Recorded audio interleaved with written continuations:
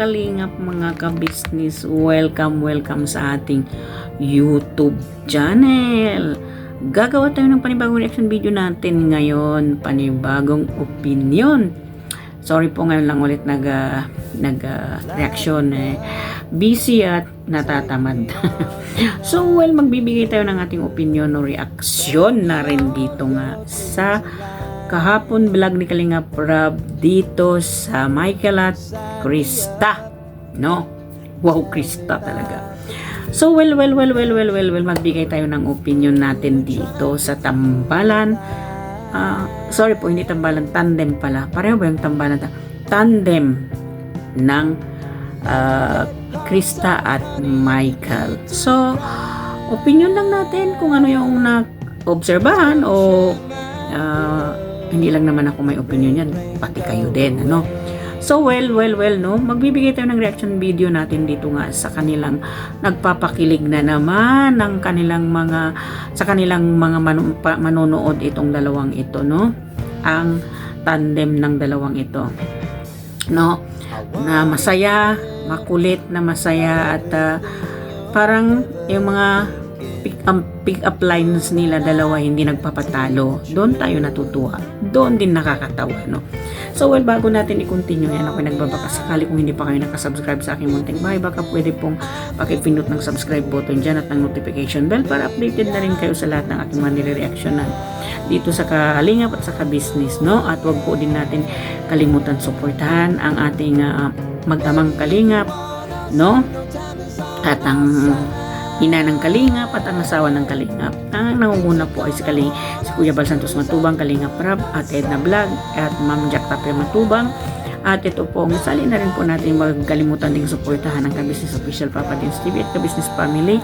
At yung pangalawa, at yung channel ni Mrs. Ka-Business, Mrs. KB Official po, suportahan natin. So on the go na tayo. Nakita naman natin kung anong kilig ninyo dyan, no? Hindi lang naman isang taong nakikilig talaga na natutuwa sa mga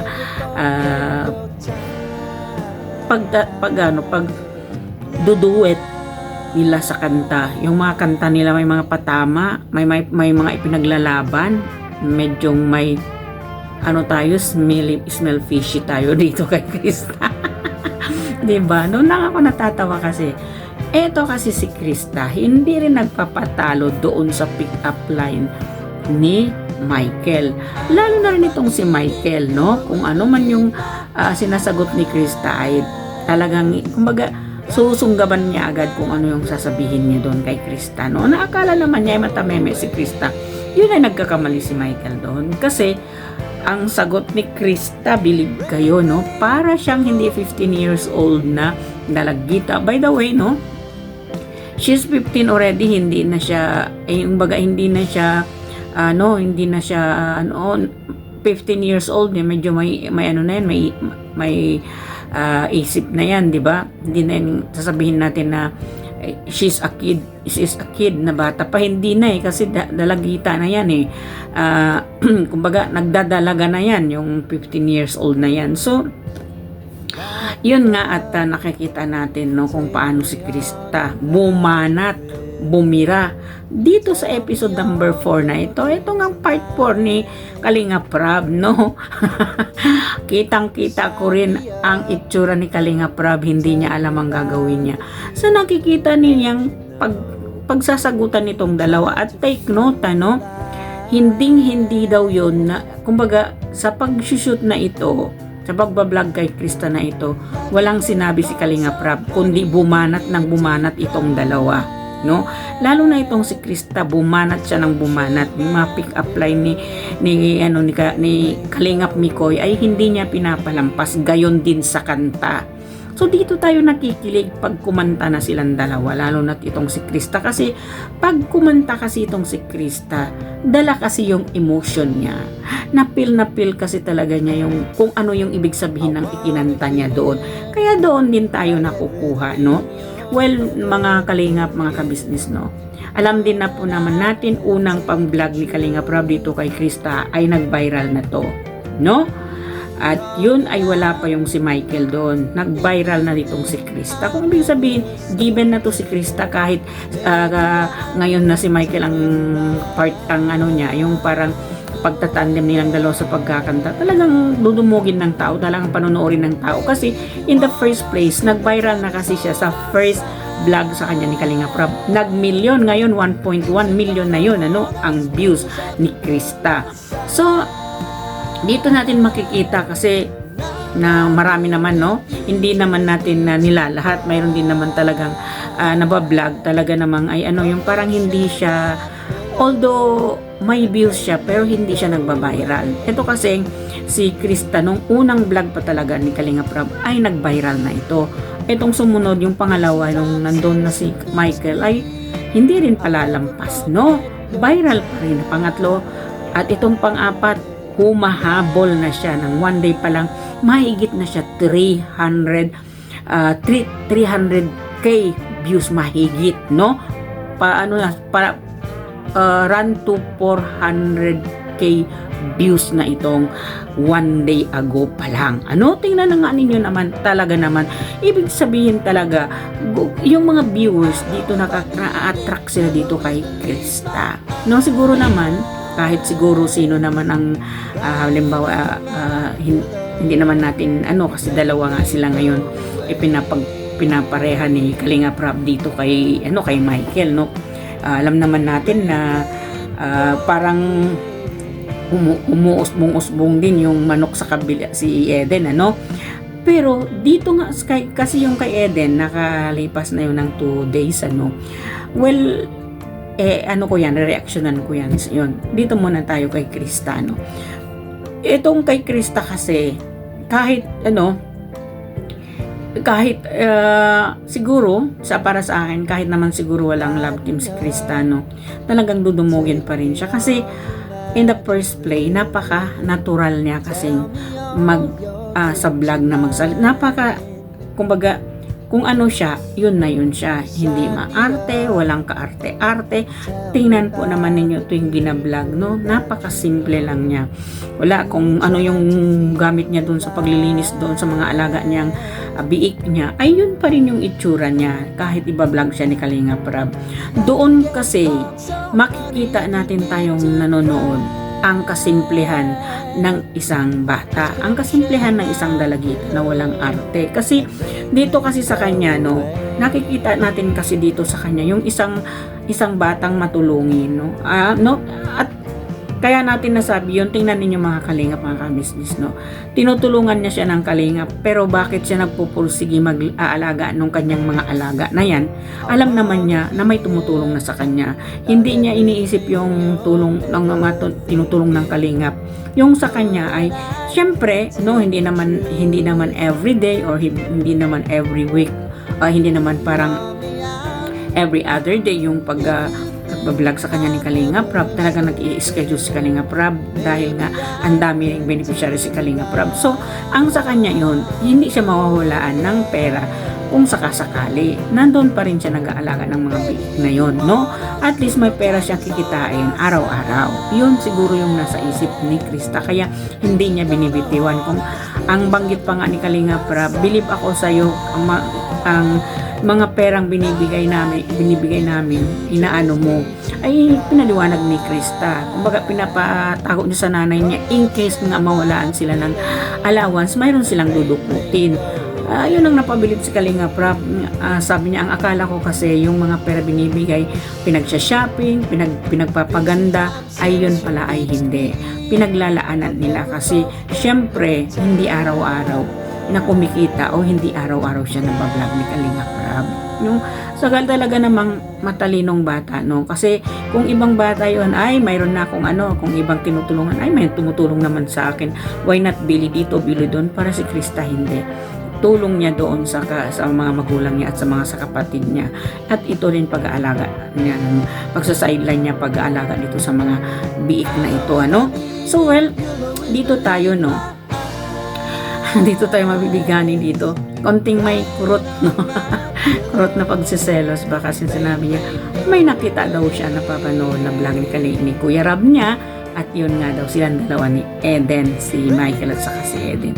At nagulat doon si Michael, hindi niya sukat akalain sasabihin ni Krista yun.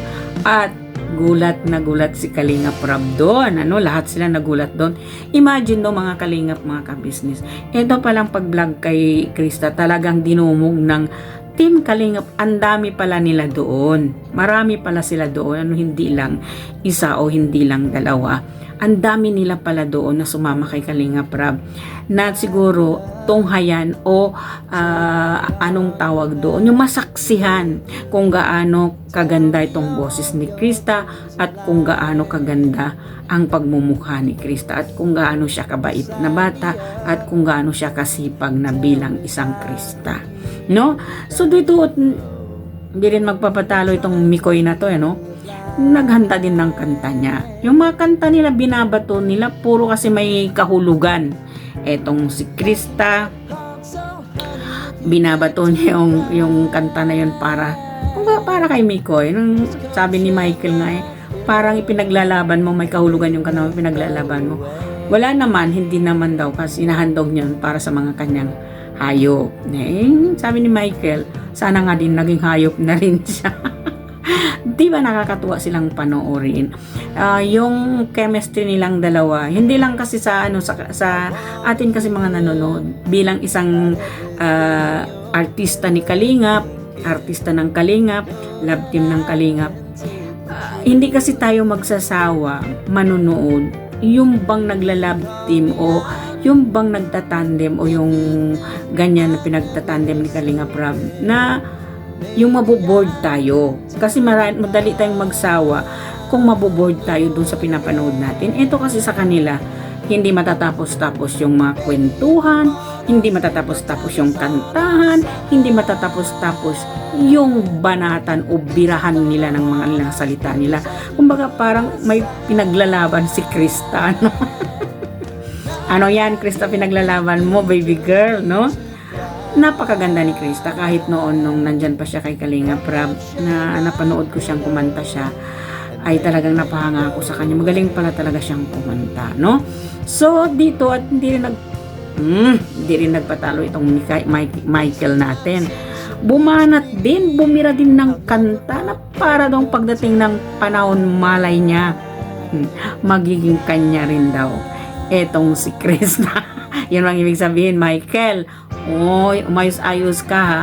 Pero guys, mga Kalingap, mga ka-business, talagang mapapahanga ka, mapapatawa ka from the beginning until end. Nga tayo dito sa kanila. Kasi si Krista kasi, ang galing niyang umarte. Ang galing kasi niyang pagkumanta kasi siya na para kasi siyang nasa stage, no? Para kasi siyang iniisip niya na nagpe-perform siya sa maraming tao. With emotion, with feelings kung siya'y kumanta. Ito namang Michael, hindi rin magpapatalo kung kakanta na si Krista. Tatayo talaga siya at mayroon pa siyang papisil-pisil ng ilong ni Krista. Agoy, doon talaga tayo nakikilig, no? At etong pagpitik-pitik ni Krista kay Michael, nagugulat si Michael pag kumakanta na si Krista. No, talagang mga Kalingap, hindi naman natin pinagkukumpara kung sino man yung dapat nating ikumpara. Kasi ang love team naman talaga lahat ni Kalingap Rab, no? Ay talaga naman nakakakilig. So, ang tanong, sino ba ang magiging sumabay sa Big 3? Mayroon bang isa na magiging Big 4 na ang love team? Love team ng Kalingap. Ako tuloy nabubulol. Pasensya na po. Nakaka-excited kasi alam niyo mga Kalingap, mga ka-business, no? Oy! Ilang ulit ko yan pinapanood, paulit-ulit ko yung pinapanood. Hindi ako nagsasawa. Tawa ako ng tawa. Kasi nga, yung style pag-approach kasi ni Michael, nakakatawa kasi with joke, no? Sabayan naman ng kakulitan ni Krista na with joke din. Hindi nagka-partner silang dalawa na joker. Sa kanta, joker din dito sa pagbablog. Kumbaga, we are satisfied, no? Napapasaya tayo, nawawala yung stress natin, nawawala yung lungkot natin. Dito kasi sa bilang nanonood na katulad namin malayo, nasisiyahan kami pag napapanood namin yung mga binablog ay hindi boring, no? Kasi kahit paulit-ulit mo yan panoorin, kung hindi bored yan, hindi ka naboboring dyan, papaulit-ulitin mo yan, nasasayahan ka pa rin. Kumbaga, yun doon pa rin yung excitement ng manonood dahil nga hindi siya nakaka-bored panoorin itong si Krista, no, at saka si Michael, kasi nga pareho nga silang dalawang makulit, pareho nga silang dalawang may mga pick-up line na parang parinig na parinig sa bawat isa sa kanila. Yung mga kanta nila, handog nila yun sa isa't isa. Yung mga banat nila, itong si Krista ang galing ding bumanat na magpaparinig kay Michael. Talagang tameme si Michael, no? Yun nga lang sinabi niya. Nakita ko nga, mayroon kayong vlog ni nalaglag yung pagkain ni Michael. Ayan, hindi siya nakapagsalita. So, kung bumanat din si Krista, ay para ba kasi hindi siya 15 years old kung siya magsalita. Napaka-matured na bata ni Krista, no? At saka tingnan natin, ang ganda niya kasi, ang figura ng katawan, no? Na matangkad na payat. Maganda kasi nandoon sa kanya, lalo na yung long hair niya na talagang bumagay sa mukha niyang maliit, no? Talaga namang nakakaano ng kung panoorin sila. Kahit paulit-ulit mo yung panoorin, hindi ka magsasawa diyan dahil nga makulit silang dalawa. Lalo na yung kakulitan ni Michael, sinabayan ng kakulitan nitong si Krista. Kumbaga, nagka-joint force kasi yung nila, yung pagiging makulit nila. Kaya sabi ng mga nanonood, sabi ng mga nagko-comment, malakas ang chemistry nila. Kasi hindi, as I said, paulit-ulit natin sasabihin, hindi boring panoorin ang Krista at Michael. Kasi tuwang-tuwa ka. Lahat kasi ng mga sinasabi, may punto. Pinupunto kasi nila. Pumunto itong si Michael. Mas pumunto si Krista dito sa sinasabi ni Michael. So, wala ngang nananalo, no? Talong-talo pa rin si Michael dito kay Krista, no? At hindi rin magpapatalo si Michael, maghahanda rin daw talaga siya, no? Sa susunod na vlog, ay talagang magpapasiklab. Siklab din siya ng kanta niya, no? So, dito, no? Tayo naman kasi nanonood. Doon tayo nanonood sa nakikita natin very excitement. May excitement kasi sa pinapanood natin. Hindi tayo naboboard, natutuwa tayo at natatawa tayo, no? Doon kasi tayo mas gusto natin 'yun. Doon ka naman sa boring kang manonood, para kasing malulupay-pay ka, matutulog. Ay, wala namang ka-taste manood sa ganito. Kung wala kasing thrill, ito kasing dalawa, may thrill kasi silang dalawa kung magsasagutan sa nilang mga binabatong mga nila, no, mga pick up line nila, no. Katulad na lang yan ni Michael, no. Sana nga minsan daw sana maisip sana nga daw magiging isang hayop na lang siya, parang araw-araw siyang kakantahan ni Krista. Tingnan mo nga naman yan, at itong banat din ni Michael, no. Magpapagawa siya daw ng bahay at pwede ba daw si Krista ang maglalagay ng bubong. Ang sabi ni Krista, kung dito ka mag-aalaga ka ng baboy, ako maggagawa ng bahay. Diba? At ito bang sinabi ni Krista, no, ni Michael, na yung tinutulungan ni Michael si Krista magpadudo doon sa piglet. Ang sabi ni Krista, no, tumahimik daw yung piglet. Sana dumuon na lang daw sana si Michael sa kanya, no? Para para may tumulong. Pero ang sabi ni Michael, pwede naman dito para kantahan mo na lang ako araw. Sabi ni Krista, wala akong pang sweldo sa'yo. Okay na raw kay Michael yung kantahan siya ni Krista araw-araw. Tingnan ninyo. Doon kasi sa mga salitang iyon, doon kasi sa mga binabato nilang salita, na excited tayo, natatawa tayo. Feeling kasi natin nanonood tayo ng pelikula. Feeling kasi natin, yung bang artista na pinapanood natin with song, kumakanta sila, with feelings, with emotion, no, diba? Para bang kasi hindi natin ma-explain kung ano nararamdaman natin, lalo na kaming mga OFW na malayo, nakakita kami ng ganyan, na alam namin, nagpapasaya sa amin, nawawala kasi yung stress namin. Maraming salamat kay Kalinga Prab, Boss Rab, maraming salamat sa iyo. At least nawawala yung stress namin sa iyong mga love team, no? Sa mga sana nga no lahat ng love team ay masaya lang tayo nanonood, na hindi yung naboboring tayo manood, na walang para bang lantang gulay, walang kaapil-apil makipag sana ganun, no? Alam naman natin lahat naman ng ng love team ni Kalinga Prab ay napapasaya tayo. Nandoon kasi yung mga excitement ng pinapanood natin dito sa kanila, dito sa mga love team ni Kalinga Prab, no? Sana hopefully po ay may kasunod na agad yung itong si Michael at saka si Krista, at magduduet na naman daw sila. May kantahan na naman silang dalawa na pamato sa isa't isa. Ano na naman kaya ito, subaybayan natin. So well mga kalingap, mga kabisnes, hanggang dito na lang. Kung nagustuhan po ninyo, paki-share, likes at comments at subscribe ng aking munting bahay po, at don't forget to subscribe po at suportahan ang reactor lahat ng Kalingap, lalong lalo na po ang Karepa Reactors at ang reactor ng kabisnes. Maraming salamat po. Ito po ang inyong lingkod, Alminda Mix Vlog, nagsasabi may Allah bless you, may Allah bless us all. Kita po tayo muli. Bye bye, see you again.